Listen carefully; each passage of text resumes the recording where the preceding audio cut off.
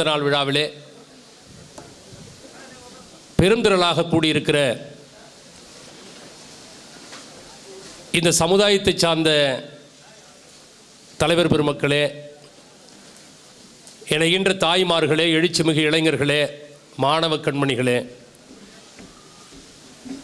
என் நெஞ்சத்தின் அறைகளையெல்லாம் ஆக்கிரமித்திருக்கிற நேசத்திற்குரிய பழகுதற்கினிய பண்பாளர் அண்ணன் அமைச்சர் பெருந்தகை அவர்களே, இந்த துறையின் இயக்குனர் அவர்களே, மேலாண் இயக்குனர் அவர்களே, ஏனைய இந்த துறைகளின் பொறுப்பில் இருக்கிற அதிகாரிகளே, வெளியூரிலிருந்து நிகழ்ச்சியை காண வந்திருக்கிற நண்பர்களே, உங்கள் அனைவருக்கும் எங்கள் பட்டிமன்ற குழுவின் சார்பாக பணிவான வணக்கத்தை முதற்கண் சிரம் தாழ்த்தி தெரிவித்துக் கொள்கிறேன். ஐயாவை பற்றி நிறைய சொல்கிறதுக்காக 2 பேர் வந்திருக்காங்க. ரொம்ப அற்புதமான பேச்சாளர்கள் 2 பேரும். ஏன் வந்திருக்காங்கன்னா வந்திருக்காங்க, அவ்வளோதான். எனக்கு தெரியல, பட்டுன்னு தெரியல ஏன் வந்திருக்காங்க அவ்வளோதான். நல்லா பேசுவாங்க அப்படின்னு அவங்க சொன்னாங்க. எவ்வளோ தூரத்துலேருந்து வந்திருக்காங்க தெரியுமா? எவ்வளோ தூரம். இவங்க 3 கிலோமீட்டர்லேருந்து வந்திருக்காங்க. எவ்வளோ தூரம் தெரியுமா? கஷ்டப்பட்டு 3 பஸ்ஸு இவங்க. ஆனால் இவங்க உண்மையிலே 9 மணி நேரம் பயணம் பண்ணி மதுரையிலேருந்து வந்திருக்காங்க. ரொம்ப தூரம். ஆனால் நல்ல கருத்துக்களை மேடையில் பேசக்கூடிய பிரசங்கிகள் இவங்கெல்லாம். நிறைய செய்திகளை, புரட்சிகரமான சிந்தனைகளை தினமும் தொலைக்காட்சியில் இவங்களை பார்த்துருக்கலாம். டிஸ்கவரி சேனலில், இது விஜய் டிவியில் செய்தி சேனலில் பார்த்துருப்பீங்க. அதான் டிஸ்கவரி சேனல்லாம் அந்த தொகுத்து வழங்குறாங்கள்ல, அது அந்த டிஸ்கவரி சேனலில் வேலை செய்கிறவனுக்கு முதல்ல பொண்ணு கொடுக்கூடாதுங்க. ஐயோ, டிஸ்கவரி சேனலில் ஞாபகம் வருது. அவன் வருவான். இப்போ கல்யாணம் பண்ணி வச்சுன்னு வச்சுங்க, உள்ளே போய் ஃபஸ்ட்டு போகிறான். இப்போ நம்ம ஒரு ஆபத்தான இடத்துக்கு வந்திருக்கோம். இந்த இடம் ரொம்ப மிக ஆபத்தான இடம். நான் தனிமையில் மாட்டிக்கிட்டேன். ஒரே பிரச்சனையாக இருக்கும்னு நினைக்கிறேன். ஆனாலும் இதை சமாளிக்கணும். இப்போ ஒரே கும்மிருட்டாக இருக்குது, பயமாக இருக்குது, என்னை பிடிச்சி உள்ளே தள்ளிட்டானுங்க, என்னன்னு தெரியல அப்படின்னு அவன் டிஸ்கவரியில் பேசுகிற மாதிரி பேசிகிட்டு இருப்பான். ரொம்ப மகிழ்ச்சியாக இருக்குது. இந்த கூட்டத்தில் பாரத ரத்னா புரட்சியாளர் அம்பேத்கருடைய சிந்தனைகளை எனக்கும் இந்த வாய்ப்புகளை நல்கிய துறையினருக்கும் வாழ்த்தை சொல்லி, இதில் எப்படி இந்த இசைக்கருவியெல்லாம் வச்சுட்டு என்ன பண்ண போகிறாங்க? ஐயாவை பற்றி தானே பேசணும். இசைக்கருவிக்கு என்ன வேலைன்னா, அவர் சொன்னார், ஏன் என்ற கேள்வி எதற்கும் கேட்பீர், எதற்கும் துணிவுடன் விளக்கம் கேட்பீர்னார். இப்போ எல்லாத்தையும் கேள்வி கேளுங்க. ஒன்று செய்யக்கூடாதுன்னு ஒருத்தர் சொன்னானா, ஏன், ஒய் ஷுட் ஐ, கேள்றா அவனை. ஏன் என்ற கேள்வி எதற்கும் கேளு, துணிவுடன் விளக்கம் கேளு, உன்னை நீ தெளிவுபடுத்திக் கொள்வாயினார் அம்பேத்கர். அப்போ அந்த செய்தியை சினிமாவில் கொண்டு வந்து போட்டாங்களே. ஏன் என்ற கேள்வி இங்கு கேட்காமல் வாழ்க்கை இல்லை, நான் என்ற எண்ணம் கொண்ட மனிதன் வாழ்ந்ததில்லை.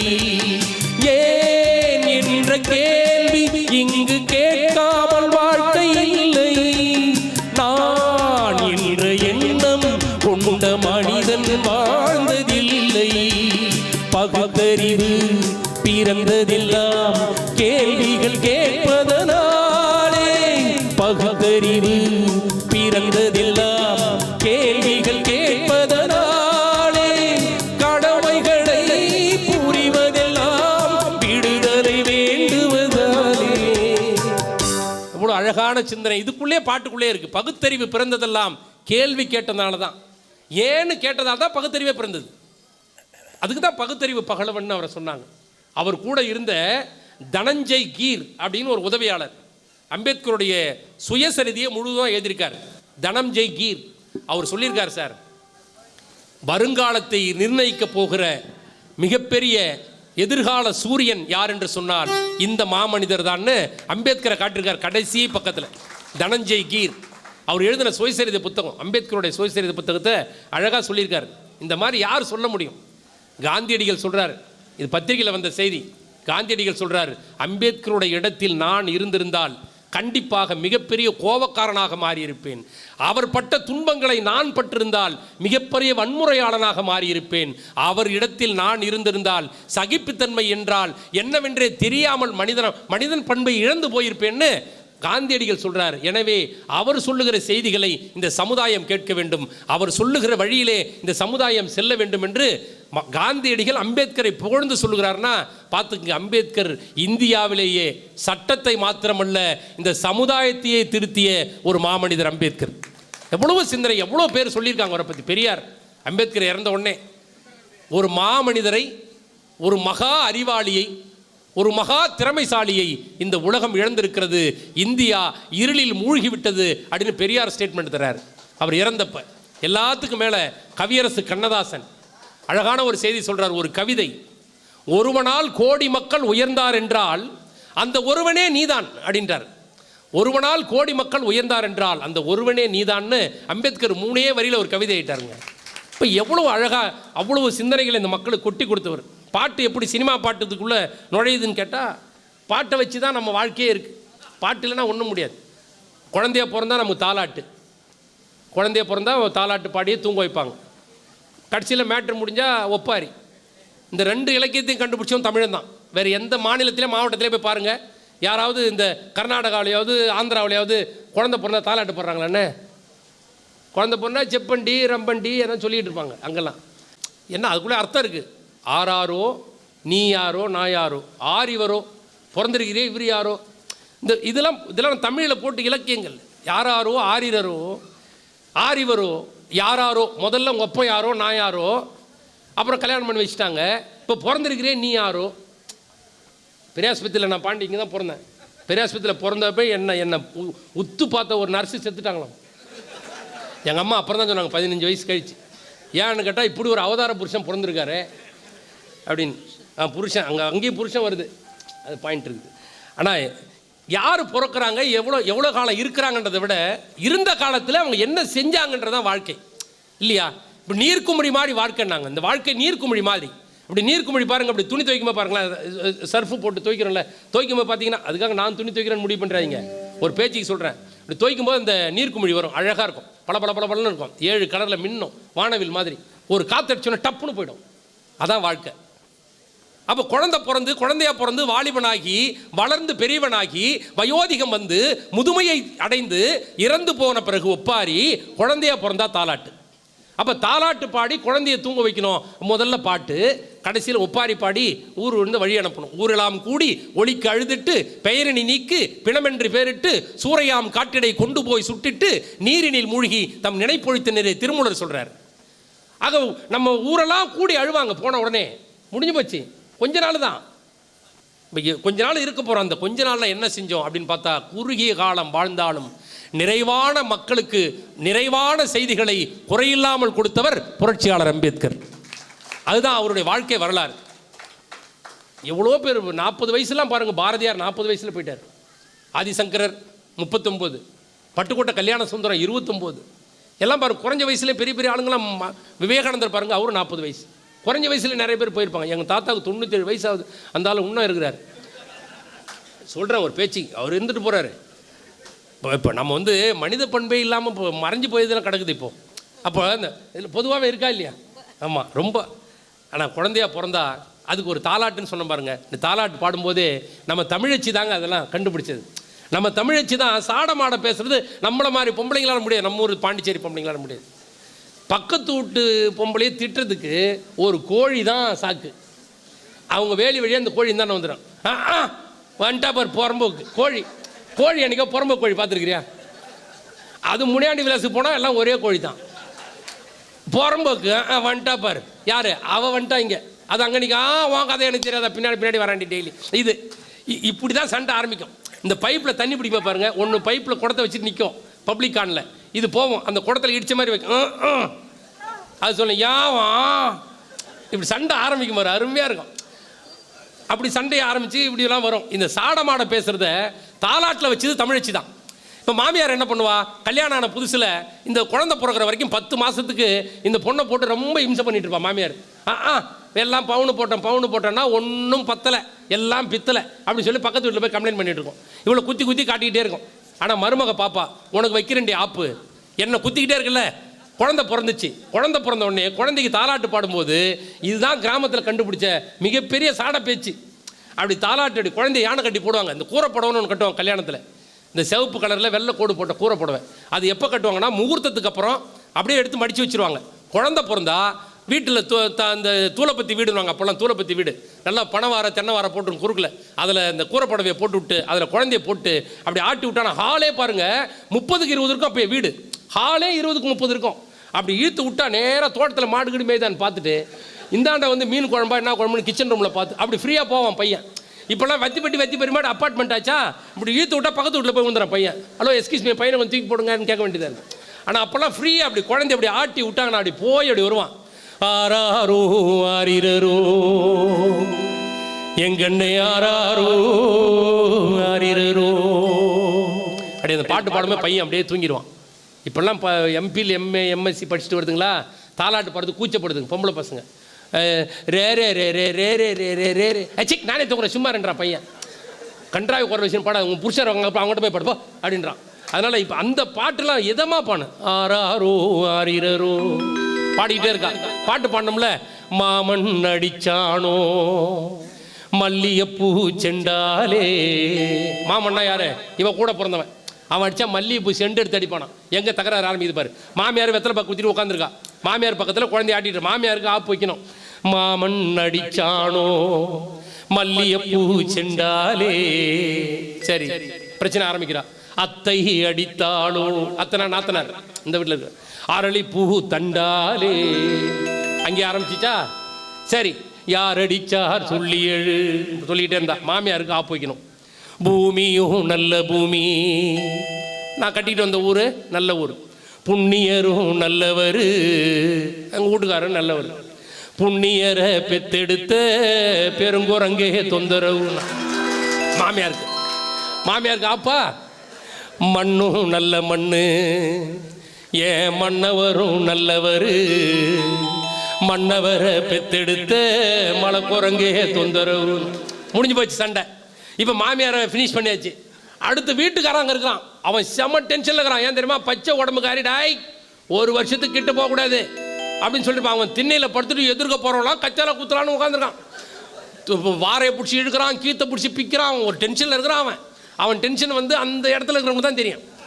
இப்போ அந்த மாதிரி 5 பேர் கூட வந்துருக்கலாம் இங்கே. அப்போ அந்த பச்சை உடம்புக்காரி கிட்ட போவாரான்னு சொல்லியிருப்பாங்க. அவன் டென்ஷனில் உட்காந்துருப்பான் திண்ணையில். அவன் கடுப்பான். யார் அடிச்சார் சொல்லி எழு பாடிக்கிட்டே இருந்தான். அவங்கன்னு வந்தான். நிறுத்து.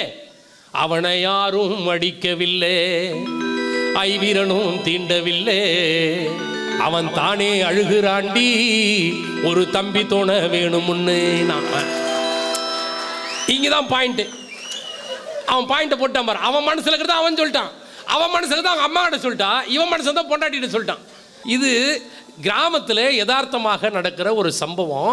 இப்படி யதார்த்தமான சம்பவங்களை சமூகத்துக்குள்ளே கடினமான செய்திகளை சொல்லாமல் யதார்த்தமாக சொன்னால் ஒரு கருத்து பதியும்ன்றதை பொதுமக்களுக்கு எடுத்து சொன்னவர் தான் புரட்சியாளர். யதார்த்தம்னா கீழே இறங்கி போங்க, மேலேருந்து சொல்லாதீங்க, மக்களோடு மக்களாக செய்திகளை பதிவு பண்ணுங்க, அவன் மனசுக்குள்ளே பதியும்னார். ஆள் வளர வளர வளர அறிவு வளரணும். ஆள் நல்லா 6 அடி வளர்ந்துட்டு அறிவு வளரலன்னா, எங்கள் ஊரில் 6 அடி உயரத்தில் ஒரு பையன் இருக்கிறான். சாப்பிட்டேடான்னு கேட்டேன். எங்கள் அம்மா போய் கேளுங்கன்றான். அப்போ ஆள் வளரும் போது அறிவு சேர்ந்து வளரணும். பட்டுக்கோட்டையார் சொன்னாரு, ஆளும் வளரணும் அறிவும் வளரணும், அதுதான் தான் வளர்ச்சி. ஆளும் வளரணும் அறிவும் வளரணும், அதுதான் தான் வளர்ச்சி. உன்னை ஆசையோடு ஈன்றவனுக்கு அதுவே நீ தரும் மகிழ்ச்சி. நானும் ஒவ்வொரு பாடம் கூறும் காலம் தரும் பயிற்சி. உன்னரம்போடு தான் பின்னி வளரணும் தன்மான உணர்ச்சி. சின்ன பயலே செய்தி கேளடா, நான் சொல்ல போற வார்த்தை நல்லா எண்ணி பாருடா, நீ எண்ணி பாருடா. ஆளு வளர வளர அறிவு சேர்ந்து வளர்ந்தா அதுதான் வளர்ச்சின்னு பேர். நெடுநெடுன்னு தனியாக வளர்ந்துட்டா அதுக்கு வளர்ச்சி இல்லை. அப்போ அறிவை சேர்த்து வளர்த்துக்கொள். பாவேந்தர் பாரதிதாசன் சொன்ன மாதிரி படிப்படி படிப்படி, காலையில் படி, கடும்பகல் படி, மாலை இரவு பொருள்படும்படி, வள்ளுவன் சொன்னபடி கற்கத்தான் வேண்டும் அப்படி, கல்லாதவர் வாழ்வதெப்படி, அறம்படி பொருளைப்படி, அப்படியே இன்பம்படி, இறந்த தமிழ் நான்மறை பிறந்ததென்று சொல்லும்படி, சாதி எனும் தாழ்ந்தபடி நமக்கெல்லாம் தள்ளுபடி, செய்தி அப்படி தெரிந்துபடி என்று பாவேந்தர் சொன்னது மாதிரி அம்பேத்கர் சொன்னாரு, படி படி படி படி. முதல்ல படி, கற்பி, பிறகு ஒன்று சேர், படித்தவன்லாம் ஒன்று சேர். முதல்ல கற்பி, அவனுக்கு சொல்லிக் கொடு, பிறகு கற்றவனை எல்லாம் ஒன்று சேர், கற்றவனெல்லாம் அறிவோடு இருப்பான், அவனை வச்சு புரட்சி செய். இந்த 3 தான் சார் தாரக மந்திரம். முதல்ல கற்பி, படிக்க சொல்லு, படித்தவன் அறிவோடு இருப்பான், அறிவு கொண்டு அவனை ஒன்றிணை, ஒன்றிணைத்தவனை கொண்டு போராடு, களத்தில் இறங்கு அப்படின்னு சொன்னவர் தான் புரட்சியாளர் அம்பேத்கர். இப்போ சினிமா பாட்டு கூட எப்படி கொண்டாந்து சேருதுன்னு நாங்கள் கஷ்டப்பட்டு சேர்க்கலை, வழியே சேர்க்கலை. இது ரொம்ப ஈஸியான செய்தி தான். இதையத்தான் எடுத்து கவிஞர்கள் எழுதுகிறாங்க. கண்ணதாசன் எங்கேருந்து எழுதுறாரு? கம்பராமாயணத்துலேருந்து கொஞ்சம் எடுப்பார், மகாபாரதத்துலேருந்து கொஞ்சம் எடுப்பார், சிலப்பதிகாரத்துலேருந்து கொஞ்சம் எடுப்பார், முடிஞ்சு போச்சு. வாலி எங்கேருந்து எடுத்தார்? அதுலேருந்து கொஞ்சம், இதுலேருந்து கொஞ்சம். அவர் படித்தவர் கண்ணதாசன். என்ன கண்ணதாசன் படித்த எழுதின எழுத்துக்கு எல்லாம் என்ன நினச்சிருப்பாங்க? கண்ணதாசன் அநேகமாக எம்எஸ்சி எம்ஃபில் படிச்சிருப்பாருன்னு நினைக்கிறேன். அவர் அநேகமாக டபுள் MA முடிச்சிருப்பாருன்னு நினைக்கிறேன், அப்படின்னு நினைக்கலாம். 8வது பாஸ் கண்ணதாசன், அதுக்கு மேலே படிக்கலை, அவ்வளோதான் அவர் படிப்பே. ஆனால் அவரை ரிசர்ச் பண்ணி, அவரை PhD பண்ணி 186 பேர் PhD வாங்கியிருக்காங்க, டாக்டரேட் பட்டம் கண்ணதாசனை ரிசர்ச் பண்ணி. நினச்சி பாருங்கள். அப்படி எல்லாருமே சொன்ன கருத்து தான் இது. அவர் அம்பேத்கருடைய கருத்துக்களை எல்லாம் சொன்னாங்க. திரைப்படத்தில் பாட்டெல்லாம் எழுதுலாம் சாதாரண விஷயம் கிடையாது. அது எம்ஜிஆர் படத்துக்கு பாட்டு எழுது தான் ரொம்ப கஷ்டம்னு சொல்லுவாங்க. நம்ம இவர் சங்கர் கணேஷுக்கு ஒரு வாய்ப்பு வந்தது. சங்கர் கணேஷுக்கு ஒரு வாய்ப்பு, MS விஸ்வநாதனே இசையமைக்கிறாரு. சங்கர் கணேஷுக்கு முதல்ல ஒரு வாய்ப்பு எம்ஜிஆர் படத்துக்கு. ஒரே சந்தோஷம் சங்கர் கணேஷுக்கு. எல்லார்ட்டையுமே சொல்கிறாராம், நான் எம்ஜிஆர் படத்துக்கு இசையமைக்க போகிறேன், எம்ஜிஆர் படத்துக்கு இசையமைக்க போகிறேன். எல்லார்ட்டையும் சொல்லிட்டாரான். எம்ஜிஆர் அந்த பையனுக்கு வாய்ப்பு கொடுத்துருவேன்னு சொல்லிட்டார். அவர் உட்காந்து டியூன் போடுறாரு, ஒரு காதல் பாட்டு. எம்ஜிஆருக்கு காதல் பாட்டு சொல்லவே தேவையில்லை. அவர் அப்படியே அவர் கையை ரெண்டையும் கட்டி போட்டு நடிக்க சொன்னால் ஒரு படம் கூட கூடாது. அவருடைய அமைப்பு அப்படி, அவர் மேலே தப்பு கிடையாது. எதாக இருந்தாலும் அப்படி தான். ஓஹோ அப்பயா இப்பயா இப்படி தான் பேசிட்டு இருப்பார். இந்த கையை கட்டி விட்டு நடிக்க சொன்னால் ஒரு படம் கூட ஓடாது, பாப்பா ஓடாது சொல்லிடுவார் அவரு. அந்த கை தான். ஆனால் அவர் வந்து சங்கர் கணேஷ்கிட்ட உட்காந்து டியூன் எங்கப்பா, காதல் பாட்டுக்கு டியூன் போட சொன்னேன், போட்டேன். சங்கர் கணேஷ் சந்தோஷம், எம்ஜிஆருக்கு மியூசிக் பண்ணுற சந்தோஷத்தில் அண்ணா பாருங்க, நான் 28, 30, 39, 40 டியூன் போட்டார். எம்ஜிஆர் திருப்தி இல்லை, வாதாம்பா உதுப்பா போப்பா அப்படின்ட்டார். கடுப்பாயி, அண்ணா கடைசியாக இதை மட்டும் கேளுங்களேன் அப்படின்னு சொல்லிட்டு ஒரு டியூனை போட்டுக்காரு. அழகா அற்புதமாக டியூன், இதே போகுது அப்படின்ட்டார். பொன்னந்தி மாலை பொழுது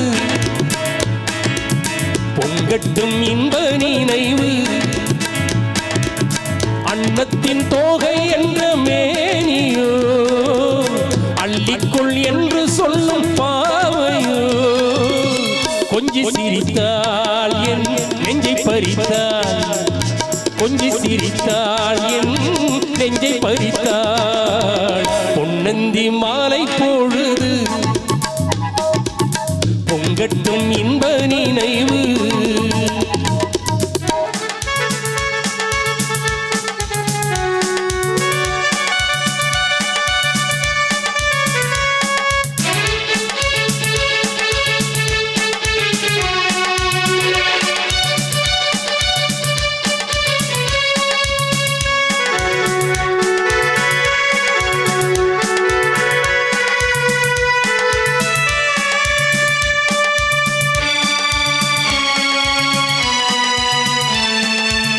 மலைமகள் மலருடை அணிந்தாள், வெள்ளி பனி வீழ முழுவதும் நனைந்தாள்.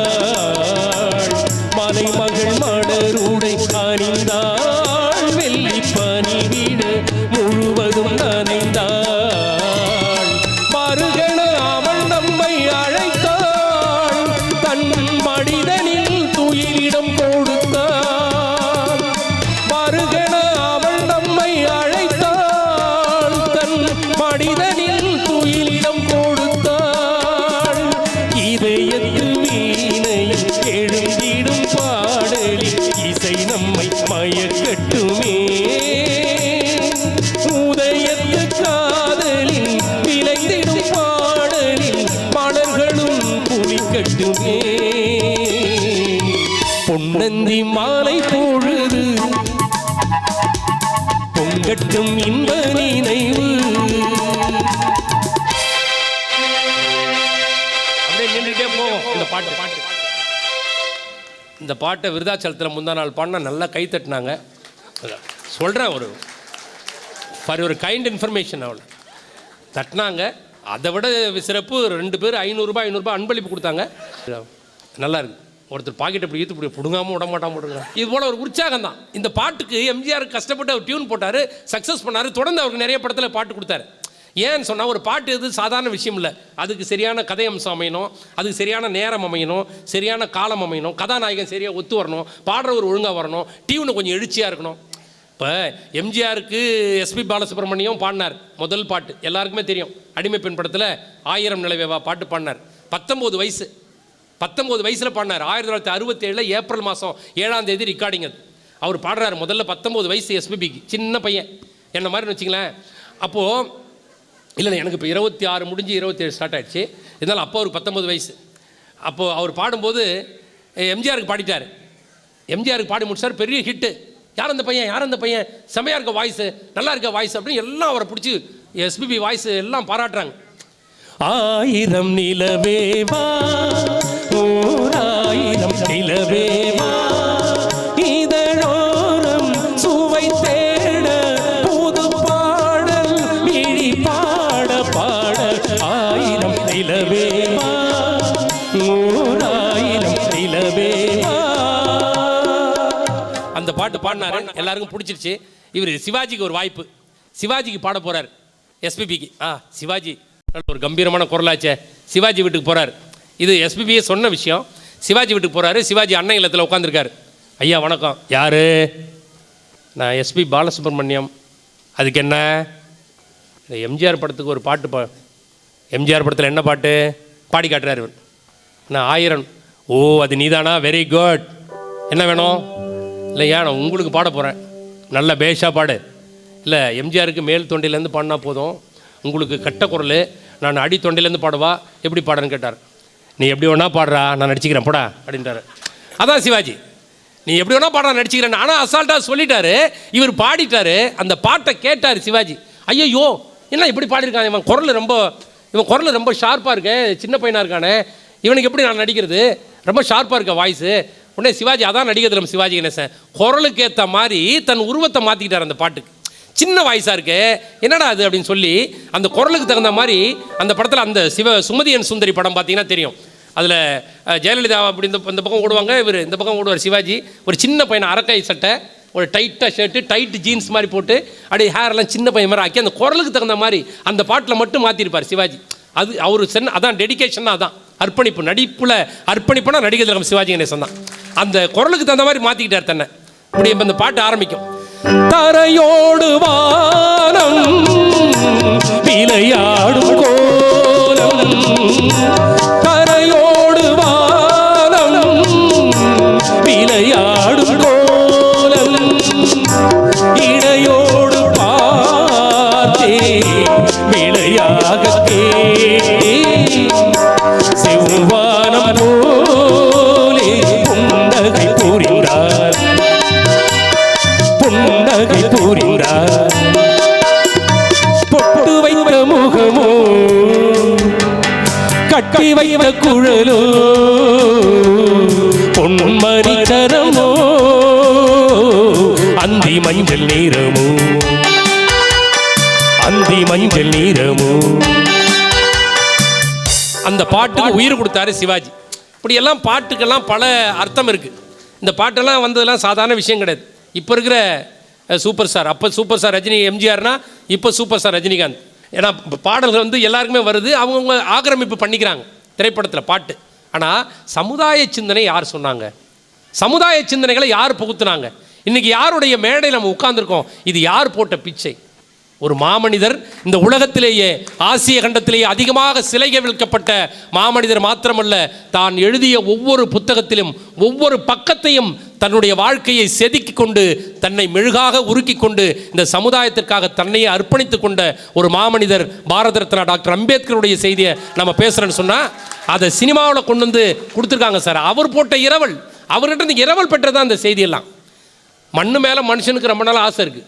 மண்ணு மேலே பிளாட் வாங்கணும். நம்ம சேதராப்பட்டில் ஒரு 5 ஏக்கரு, கிருமாம்பத்தில் ஒரு 10 ஏக்கரு, இங்கே பாலாயத்தட்டில் 2 ஃப்ளாட்டு, இங்கே ஒரு ஃப்ளாட்டு அப்படின்னு எல்லாருக்கும் பணத்து மேலே ஆசை இருக்கா? இல்லை, மண்ணு மேலே ஆசை. இந்த மண்ணு வாங்கு, இந்த மண்ணு வாங்கு, மண்ணு வாங்கின ஆசை இருக்குது. மண்ணுக்கு மனுஷன் மேலே ஆசை இருக்கான். மண்ணுக்கு சுடுகாட்டில் இருக்க மண்ணு சொல்லுதான், மவனை ஒரு நாளைக்கு வருவ வாடா. உன்னை ஆறல்ல புதைப்பாங்கடா, உன்னை தின்ன போகிறேன்னு மண்ணு காத்துக்கிட்டு இருக்கு. மண்ணை வாங்கணும்னு மனுஷன் காத்துக்கிட்டு இருக்கான், மனுஷனை தின்னணும்னு மண்ணு காத்துக்கிட்டு இருக்கு. இதான் உண்மையான ஃபேக்ட். அப்போ மண்ணின் மீது மனிதனுக்கு ஆசை, மனிதன் மீது மண்ணுக்கு ஆசை, ரெண்டு பேருக்கும் போட்டி நடக்குது. கடைசியில் யார் ஜெயிச்சா? மண்ணு தான். மனுஷன் ஜெயிச்சுதா வரலாறே கிடையாது. கடைசியில் அண்ணாகர் கூட அர்த்தம் தான் புதைக்கிறாங்க, அண்ணாகர் கூட அர்த்தம் தான் புதைக்கிறாங்க. அது ஒன்றுமே வரும்போது எப்படி வந்தோமோ அவனை ரிட்டனாக அப்படியே போ, நீ அவ்வளோதான் உன் மேட்ரு. நீ எப்படா வந்த? வித்தவுட் எனி திங், ஓ கோ வித்தவுட் எனி திங். இதான் நீ உன் மேட்ரு, இவ்வளோதான், நீ போயிடு. அப்போது யதார்த்தத்தை பாருங்கள், போகும்போது வந்த மாதிரியே திரும்ப உள்ளே போகிறோம். இடையில் தான் நம்ம செய்கிறதெல்லாம். அப்போ மண்ணின் மீது மனிதனுக்கு ஆசை இருக்கிறது, மனிதன் மீது மண்ணுக்கு ஆசை இருக்கிறது. கடைசியில் ஜெயிச்சது யாரான்னா மண்ணு தான் ஜெயிச்சதுன்றதை இன்றைய சூப்பர் ஸ்டார் சொன்னார். மனிதனுக்கு ஆசை மனிதன் மீது, மண்ணுக்கு ஆசை மண்ணின் மீது, மனிதனுக்கு ஆசை மனிதன் மீது, மண்ணுக்கு ஆசை மண்தார் கடைசி ஜெயிக்கிறது. இதை மனம்தான் உணர மறுக்கிறது. கையில் கொஞ்சம் காசு இருந்தால் நீதான் அதற்கு எஜமானன். கழு வரைக்கும் காசு இருந்தால் அதுதான் உனக்கு எஜமானன். வாழ்வில் அர்த்தம் புரிந்து விடு, வாழ்க்கையை வாரி குவித்து விடு. ஒருவன் முதலாளி, உலகில் மற்றவன் தொழிலாளி. விதியை நினைப்பவன் ஏமாளி, அதை வென்று முடிவன் அறிவாளி.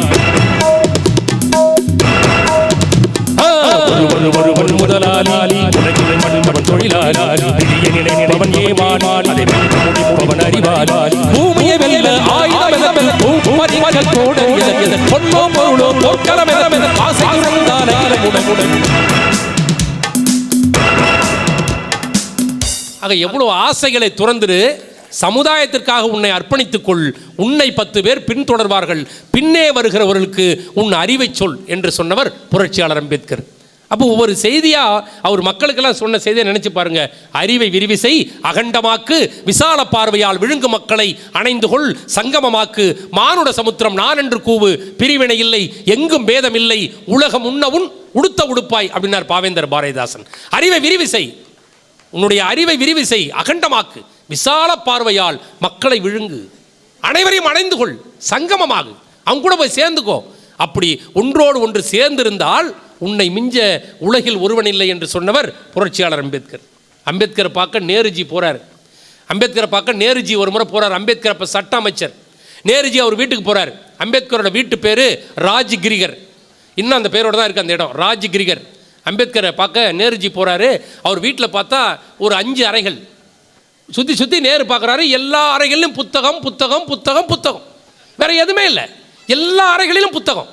நேரு வியப்பாய் போய், அவர் பாரத பிரதமர், நேரு வியப்பு, அம்பேத்கர்ஜி எல்லா வீடுகளும் செங்கற்களால் அடுக்கப்பட்ட சுவர்களை கொண்டது, உங்கள் வீடு மட்டும் புத்தகத்தால் அடுக்கப்பட்ட சுவரை கொண்டதுனார். நினச்சி பாருங்கள் எவ்வளோ பெரிய மாமனிதர். படிப்பு படிப்பு படிப்பு.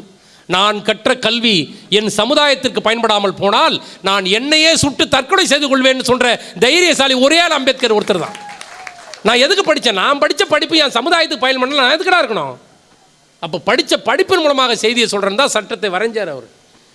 இதெல்லாம் ஆடுகளைத்தான் யாகங்களுக்கு பலியிடுவார்கள், சிங்கங்களை அல்ல, எங்கள் மக்கள் சிங்கங்கள்னு சொன்னார் அவர். எல்லாம் ஒரு இந்த மாதிரி தீர்க்க தரிசனம்லாம் யாருக்கு உண்டு? இந்த மாமனிதர் சொன்னார்.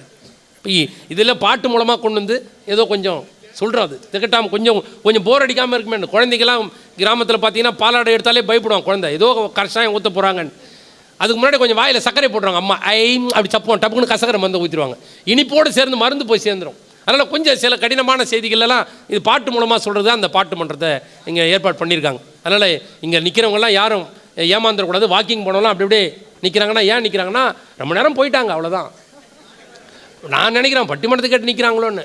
அதெல்லாம் இல்லை, மூச்சு இறக்குதுடா டே நீ வேற ஏன்டா நினைக்கிறாங்க மனசுக்குள்ளே. இருந்தாலும் இது எவ்வளோ அழகான செய்திகளை இந்த பாட்டின் மூலமாக. இன்றைக்கும் பாட்டு நல்லா இருக்குல்ல. இன்றைக்கி மண்ணின் மீது மனிதனுக்கு ஆசை இன்னைய பாட்டு. இன்றைக்கி ஒரு அருமையான தத்துவ பாட்டு கூட சொல்லியிருக்காங்க. அத்தாரு அத்தாரு உத்தாரு உத்தாரு. அதில் ஒரு அருமையான செய்தி சொல்லியிருக்காங்க சார், நல்ல செய்தி. லுங்கியை தூக்கி கட்டு டஸ்ட்டு படியுது, சேலையை ஏற்றி கட்டு கிப்பு தெரியுதுன்னு மாதிரி யாராவது சொல்ல முடியுமா? அத்தாரு அத்தாரு அத்தாரு அத்தாரு உத்தாரு உத்தாரு காட்டாதே புத்தாரு அத்தாரு அத்தாரு அத்தாரு அத்தாரு உத்தாரு உத்தாரு காட்டாதே புத்தாரு லுங்கியத்தான் ஏத்தி கட்டு டஸ்ட் பண்ணிட்டு சேலையத்தான் தூக்கி கட்டு ஹிப்பு தெரியுது லுங்கியத்தான் ஏத்தி கட்டு டஸ்ட் பண்ணிட்டு சேலையத்தான் ஏத்தி கட்டு ஹிப்பு தெரியுது காஞ்சி போன மூஞ்சி எல்லாம் டால் அடிக்குது தூங்கி போன நம்ம செல்லம் கூத்தடிக்குது அத்தாரு. அப்படி ஒரு பாட்டு இருக்குது, அவ்வளோ பெரிய தத்துவம் வர சொல்ல முடியுமா மாதிரி? அதெல்லாம் இன்னைக்கு நல்ல புது பாட்டு நல்லா இருக்கானா? இன்னைக்கு பசங்கள்லாம் புது பாட்டு கேட்டு எப்படி ஒரு மாதிரி மெர்சலாகவே இருக்கிறானோ எல்லாம். அந்த வார்த்தை வந்தது பாரு, என் பையனை கேட்டேன், என்னடா ஸ்கூலுக்கு போறேன்னு, நான் மெர்சல் ஐட்டமான்றான். ஒரே வார்த்தை சொல்றான், ஏடா ஸ்கூலுக்கு போறேன், நான் மெர்சல் ஐட்டம்பா. நான் மெரசலாயிட்டேன் மெரசலாயிட்டேன் மெரசலாயிட்டேன்.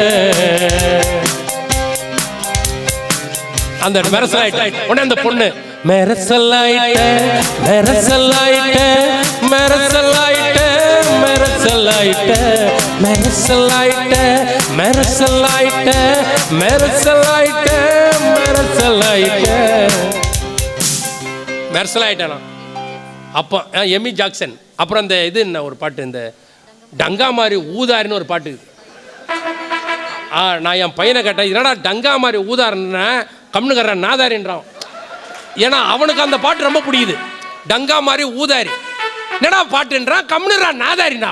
அவன் பாட்டு அவனுக்கு பிடிச்ச பாட்டாக இருக்குது. இன்றைக்கெல்லாம் இளைஞர்லாம் இப்படி தானே புதுசாக ட்ரெஸ்ஸு போடுறான் பாருங்களேன். இளைஞர்லாம் ஒரு பேண்ட்டு போடுறானு சார், பாண்டிச்சேரியில் தான் போடுறானுங்க.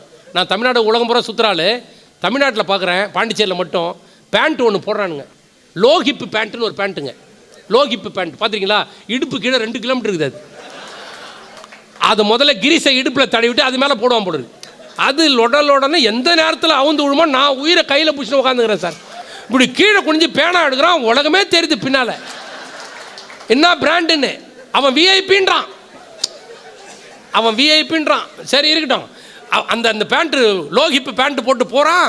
அது எந்த நேரத்தில் விழுமா தெரியல. ஒருத்தன் முத்தியாலப்பேட்டில் நீ காலேஜில் பஸ் ஏற ஓடி பஸ் ஏற்றான், அவன் பஸ்ஸில் ஏற்றான், பேண்ட் இங்கே கிடைக்குது. அது மாதிரி போடுறான். ஒருத்தன் முடியெல்லாம் சுத்தமாக சுற்றி வெட்டிட்டு மேலே மட்டும் கொஞ்சம் முடி வச்சுருந்தான். இதுக்கு என்னடா பேருனா அட்டாக் கட்டிங்கண்ணா. ஒருத்தன் எல்லா முடி இழுத்து போட்டு இப்படி வெட்டியிருந்தான். இதுக்கு என்னடா பேருனா வைக்க போகிற கட்டிங்கண்ணா. ஒருத்தன் இப்படி கோபுரமாக வெட்டிக்கிறான். இதுக்கு என்னடா பேருனா பைனாப்பிள் கட்டிங்க. இப்படி வச்சு பைனாப்பிள் கட்டிங் வெட்டியிருக்கான். முள்ளமன்றி மாதிரி இப்படி எதிர்க்க வச்சு ஸ்பைக்கு இப்படி ஸ்பைக் வச்சுருக்கான். ஏன்னா எதிர்க்கு வர வண்டி தெரியாமல் போய் இடிக்கிறதுக்கு அது அந்த ஸ்பைக்கு. ஐயோ பைக்கில் என்ன ஸ்பீடு போகிறான் தெரியுமா? சில பேர் பைக் எதுக்கு வாங்குறான்னா ஒரு இடத்துலேருந்து ஒரு இடத்துக்கு போகிறதுக்கு பைக் வாங்குறான். சில பேர் ஒரு இடையே போகிறதுக்கே பைக் வாங்குறான். பாருங்களேன், ஒருத்தன் அன்றைக்கி ஈசிஆர் ரோட்டில் சும்மா 100ல் போனாங்க. செம்ம 100ல் போனால் அவனை 108ல் தூக்கி போகிறாங்க. எங்கடா 100ல் போனான் கடை 108ல் போகிறான். என்ன ஸ்பீடு போகிறான் என்ன. அதுவும் ஃபோனு எடுத்து வச்சான்னு இப்படி தான். அப்புறம் அங்கே வந்துடுறேன்.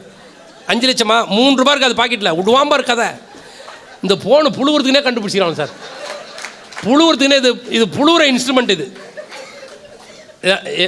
எங்கள் செத்துட்டு எங்கள் ஆயா மேலே சத்தியமாக சொல்கிறேன், இது புழுவுற இன்ஸ்ட்ருமெண்ட்டுங்க. நேற்று பஸ் ஸ்டாண்டில் ஒருத்தன் என் பக்கத்தில் பேசுகிறான், நான் பாம்பேயில் இருக்கேன். எங்கே நம்ம பாண்டிச்சேரி பஸ் ஸ்டாண்ட்லேருந்து பேசுகிறான். நான் பாம்பேயில் இருக்கேன், அப்புறமா கூப்பிட்றேண்ணா. நான் இப்படி முறைச்சி பார்த்தேன், கண்டுக்காய்ங்க சார். நீ ஒன்று, நானே இப்போ லண்டனில் இருக்கிறேன், நீ என்ன. அது மாதிரி இது புழுவுறதுக்குன்னே கண்டுபிடிச்சிது. எங்கள் கூட்டமா எங்கே இருக்கிறதோ வந்துட்டேங்க, இதோ முருகாத்தோட தாண்டிட்டதோ வரேன் 3/4 மணி நேரம் கழிச்சு தான் போவேன். அப்போ தான் அவங்க சொன்னதான் இது, இந்த புழுவுற மிஷினை எவன் கண்டுபிடிச்சானு தெரியல. அதனால் எல்லாருக்கும் அது ஒன்று கிடைக்குது. ஆம்பளைங்க பேசுகிறேன், நான் சத்தமாக பேசணும். பொம்பளைங்க பேச கேட்டு போகிறலாம். இந்த காலேஜ் பொண்ணுங்க பேசும்போது கேளுங்களேன். ஆமாம் நம்ம பசங்க நான் பேசுவான். ஆமாம் கடை மூட போகிறாங்க. ஆமாம் வாங்கிறேன் டிஸ்போசல் கப்பு ரைட்டு. மிக்சர் தான் இருக்குதான் வாங்கிறேன். ஒரு டிராக்டர் இருக்குது, அது வரமான்னு சாப்பிட்டு ரைட்டு ஒரு குவார்டர் ரைட். நம்மளால சத்தமாக பேசுவான். இந்த பொண்ணுங்க பேசுவோம் பாருங்களேன், சத்தமே வராது. கடைசியில் ஒரு சின்ன சவுண்டு வரும், சீ. அவன் ஏதோ கன்றாவே சொல்லி தொலைச்சிருக்கிறான். அவன் நம்ம பங்காளி, அவன் பிட்ட போட்டான்.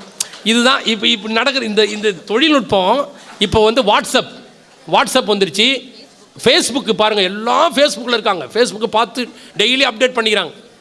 ட்விட்டர், இப்போ ட்விட்டர் வந்துருச்சு. ஃபேஸ்புக்கு, விக்கிபீடியா, அத்தப்புடியா இத்தப்புடியான்னு நிறைய ஏகப்பட்டது. கூகுளு, யாகு யாகு கூகுளு என்னென்னமோ வந்துருச்சுங்க. எல்லாம் காலம் மாறிடுச்சு. உடனே உலகத்தில் செய்தி டக்கு டக்கு டக்குன்னு அப்படியே போய்கிட்டே இருக்கு. இல்லை, பெரிய விஷயம். இன்றைக்கி உலகம் ரொம்ப மாறி போயிருக்கு. அது மாறும்னு சொன்னார் அம்பேத்கர். சொன்னார், not before very long the depressed class peoples will become organise அப்படின்னு சொன்னவர் தான் அவர். இன்றைக்கி மட்டும் இல்லை, என்றையோ ஒரு நாள் இந்த டிப்ரெஸ்ட் கிளாஸ் பீப்புள்ஸ் எல்லாம் ஆர்கனைஸ் செய்வார்கள், மேலே வருவார்கள், அவர்கள் ஆளுவார்கள், ஆளக்கூடிய காலம் வரும் என்று சொன்னவர் அம்பேத்கர் அவர்கள். நடந்துக்கிட்டு இருக்குல்ல இன்னைக்கு. அதுதான் ஒரு தீர்க்க தரிசனம். ஒரு மனிதன் ஒரு தீர்க்க தரிசனத்தோடு எதை சொல்லுகிறான்னு சொல்கிற நாக்கு இந்த கருநாக்குன்னுவாங்க. இந்த தமிழ் பேசுனாங்கெல்லாம் தமிழ் படிச்சுட்டு பேசிகிட்டு இருக்கோம். எங்கள் வாய் பழிச்சிடும். என் வாய் பழிச்சிருக்கேன், நான் நிறைய பார்த்துருக்கேன். அதனால் நான் தைரியமாக சொல்லுவேன். ஆனால் வந்துடணும் டக்குன்னு. பேசி பிளான் பண்ணிலாம் சொல்லக்கூடாது. டப்புன்னு வந்ததுன்னா அது அப்படியே நடக்கும். அது எனக்கு அப்படி ஒரு சக்தி இருக்குது. அது நல்லதாக கேட்டதான்னு தெரியல. பட்டுன்னு சொல்லனா சொன்ன மாதிரியே நடந்துடும். அது மாதிரி. ஆமாம், எங்கள் கூட்டமாக கூட சொல்லக்கூடாது. நீ நல்லா இருக்கிறான்னு ஒரு நாள் சொல்லிட்டேன், நம்பினுங்கிறாங்க இன்னும். ஆனால் மனைவி கிட்ட நல்ல ஐஸ் வச்சு பேசுங்க சார், அப்போ தான் 2 இட்லி கூட கிடைக்கும். ஒரு நாள் சாம்பார் சாப்பிட்றேன், சத்தியமாக சொல்கிறேன் சார், ரொம்ப நாத்தமாடிது, எனக்கு பிடிக்கவே இல்லை. ஆனாலும் நான் சொன்னேன், சங்கரி ஒன்றை மாதிரி சாம்பார் இந்த உலகத்தில் யார் வைப்பா? 5 ஸ்டார் ஹோட்டலில் கூட சாப்பிட்டுக்கிறேன், இந்த மாதிரி இல்லை தெரியுமா அப்படின்னு சொல்லிட்டு மனமாற சாப்பிட்டு தான் போனேன். சரி, இப்போது நானே ரொம்ப நேரம் பேசினா அது வந்து நல்லா இருக்காது. 1 மணி நேரம் நான் பேசிட்டேன்னு நினைக்கிறேன். இருந்தாலும் இந்த பக்கத்தில் ஏன்னா இப்போ ஒரு அண்ணன் வந்து ரொம்ப நேரமாக, ஆனால் ஒரு ஊருக்கு இந்த மாதிரி ஒரு ஆள் வருவாங்க. ஏன்டா இன்னும் காணமேன்னு பார்த்தேன், கரெக்டாக வந்துட்டார். என்னடா இன்னும் காணமே. மயிலத்தில் பட்டிமன்றம் பேசி முடிச்சிட்டேன் சார். 3 மணி நேரம் அந்த மைக் செட்டுக்கார் அவர் தான் நீங்கள் மைக் செட்டு போட்டார். அவர் பக்கத்தில் உட்காந்து அவர் பேசியிருந்தார். இவர் நடுவரே கேளுன்னு கை காட்டினார். நான் அமைதியாக நிறுத்தி என்னன்னு கேட்டேன். ஆரம்பி எப்பா 4 மணி நேரம் தீர்ப்பு சொல்லி முடிக்கிறேன், தீர்ப்பு சொல்லிக்கிட்டு இருக்கிறேன், முடிக்க போகிறேன். ஆரம்பி இல்லைண்ணா முடிக்க போகிறேன். நான் இப்போ தான் வந்தேன். ஆரம்பி இல்லைண்ணா ஆரம்பினா என்ன? அப்புறம் அந்த ஊர் இளைஞர் 3 பேர்கிட்ட சொன்னேன். அவருக்கு ஆரம்பித்தாங்க, அவருக்கு செம்மையாக ஆரம்பித்தாங்க. அப்போ அவர் சொன்னார் பாரு நிறுத்துன்னு. இதை முதல்ல சொல்லியிருந்தா நான் நிறுத்திருப்பேன்ல. இந்த மாதிரிலாம் நிறைய நடக்கும். ஆமாம், பாயை உதிரி போட்டான் பாரு ஒரு ஆள். காலாப்பட்டு பக்கத்தில் அந்த ஒரு கிராமம். பாய் எடுத்து அந்த தண்ணி பட்டிமன்றம் ஆரம்பித்து பேசிகிட்டே இருக்கேன். ஒரு பாய் கிராமம் மண் பாய் எடுத்து அந்த தண்ணி நல்ல தண்ணியில் ஆடிக்கிட்டே வந்தார். பாயை அக்கில் வச்சு பாயை ஒதுறினார். ஒதிரி பாயில் தானே படுக்கணும். நல்லா ஒதிரிட்டு பாயை போட்டு மண்ணில் படுத்தார் கீழே. ஏன் நாக்கில் சனி இருக்குது, நான் சும்மா இருக்கக்கூடாதா? ஏன்னா பாயை ஒதுனீங்களே, பாயில் படுக்காமல் ஏன் மண்ணில் படுக்கிறீங்கண்ணா? சும்மாடா கும்பிட்டு செட்டி. நேற்று இதே போல் ஒரு கச்சேரிக்கு வந்தேன். நேற்று பாயை ஒதிரி பாயில் தான் படுத்தேன். பார்த்தா காலையில் மப்பில் உருண்டு போய் மண்ணில் கிடந்தேன். அதனால் நான் இப்பயே மண்ணில் படுத்துட்டேன்னா மப்பில் உருண்டு வந்து பாயில் படுத்துக்கொண்டார். அவர் சொன்னது கரெக்டாக இருக்குல்ல. குடிகாரன் நம்ம யாரும் தப்பாக எடுத்துக்கூடாது. அதனால் இப்படி பல சம்பவங்களை நாங்கள் சந்திப்போம். அதனால் பாடல்கள் அம்பேத்கருடைய பாரத ரத்னா டாக்டர் அம்பேத்கருடைய சிந்தனைகளை பெரிதும் வலியுறுத்திய திரை இசை பாடல்கள். இன்றைக்கி புதுசுலேயும் பாட்டு இருக்குது, பழசுலேயும் பாட்டு இருக்குது. அந்த சிந்தனைகளை பெரிதும் வலியுறுத்திய திரை இசை பாடல்கள் அன்றைய திரை இசை பாடல்களா, இன்றைய திரை இசை பாடல்களா, எது அப்படின்றத அலசுறதுக்காக 2 பேச்சாளர்கள், அற்புதமான பேச்சாளர் வந்திருக்காங்க. மதுரையிலிருந்து வந்திருக்கிற அன்பு சகோதரி பல தொலைக்காட்சிகளில் அரசியல் விவாதங்களிலே பட்டாசு கிளப்பக்கூடிய, சரவடியாக கொளுத்தக்கூடிய முற்போக்கு சிந்தனையாளர், தமிழ்நாடு முற்போக்கு எழுத்தாளர் சங்கத்தின் மாநில அளவிலே பொறுப்பில் இருக்கக்கூடிய அன்பு சகோதரி மதுரை சுந்தரவல்லி. இவங்க பழைய பாட்டு தான் சார் அப்படின்னு. இல்லை சார், பழைய பாட்டில் என்ன சார் சிந்தனை இருக்குது? அதெல்லாம் காலம் மாறிடுச்சு சார். ட்ரெண்டுக்கு ஏற்ற மாதிரி நம்ம மாறிடுவோம். இன்றைக்கி ஏற்ற மாதிரி தான் மாறணும். அந்த மாற்றம் தான் இங்கே எல்லோருக்கும் ஒரு புதிய செய்தியை விதைக்கக்கூடிய களமாக அமையும் அப்படின்னு சொல்லி பழைய பாட்டில் புதிய பாட்டு தான் அம்பேத்கருடைய சிந்தனையை அதிகமாக சொன்னது அப்படின்னு சொல்கிறதுக்காக வந்திருக்கிறவங்க கவிஞர், நம்ம புதுவை அரசில் பணியாற்றக்கூடிய ஒரு நல்ல சிந்தனையாளர், நல்ல பாட்டு அருமையாக பாடக்கூடியவங்க. இன்னொரு அவங்களுக்கு ஒரு தனி சிறப்பு உண்டு. சூரியன் எஃப்எம் 93.5 சூரியன் எஃப்எம்மில் தினமும் காலையில் உங்களோடு இனிய குரல் எடுத்து பேசக்கூடிய சூரியன் எஃப்எம் புகழ் கவிஞர் உமா. 2 பேர். அமலோர் மேரின்னு அவங்களுக்கு பேர், ஆனால் உமான்னு பட்டிமன்றத்துக்கு வச்சுருக்கோம். அமலோர் மேரினா சில பேர் தெரியும், உமான்னா நிறைய பேருக்கு தெரியும். அதனால் இந்த பக்கம் இசைக்கலைஞர் பார்த்திங்கன்னா இவங்க இல்லைன்னா இந்த பட்டிமன்றம் எடுபடாது. என்ன பாட்டு பாட போகிறோம்னு எனக்கு, அதாவது என்ன பாட்டு நான் பேசிக்கிட்டே இருப்பேன், டக்குன்னு ஒரு பாட்டு எடுப்பேன். தினமும் பாடுற பாட்டை பாடுறதில்ல. நான் என்ன பாட போகிறேன்னு அவருக்கும் தெரியாது, அவருக்கும் தெரியாது, அவருக்கும் தெரியாது, ஏன் எனக்கே தெரியாது. ஆனால் டப்புன்னு எடுத்து வாசிக்கக்கூடிய திறமை வாய்ந்தவர்கள் கீபோர்டு கலைஞர் ஆசிரியர். என் கூட சின்ன வயசுலேருந்தே நாங்கள் 2 பேரும் இசைத்துறை மாத்திரமல்ல, இலக்கியத்துறையிலும் நாடகத்துறையிலும் பன்னெடுங்காலமாக ஒரு 20-30 ஆண்டு காலமாக நாங்கள் ஒன்றாவே இருக்கிறோன்னா எங்களுடைய ரசனை இசையின் மீதும் இலக்கியம் மீதும் இருக்கிறது. ஆசிரியர் வாசு கீபோர்டு பிளேயர், நல்ல விரல்லையே வித்த காட்டக்கூடியவர். நான் குரல் ஏதாவது பண்ணிட்டு இருப்போம், அவர் விரலில் வித்த காட்டுவார்.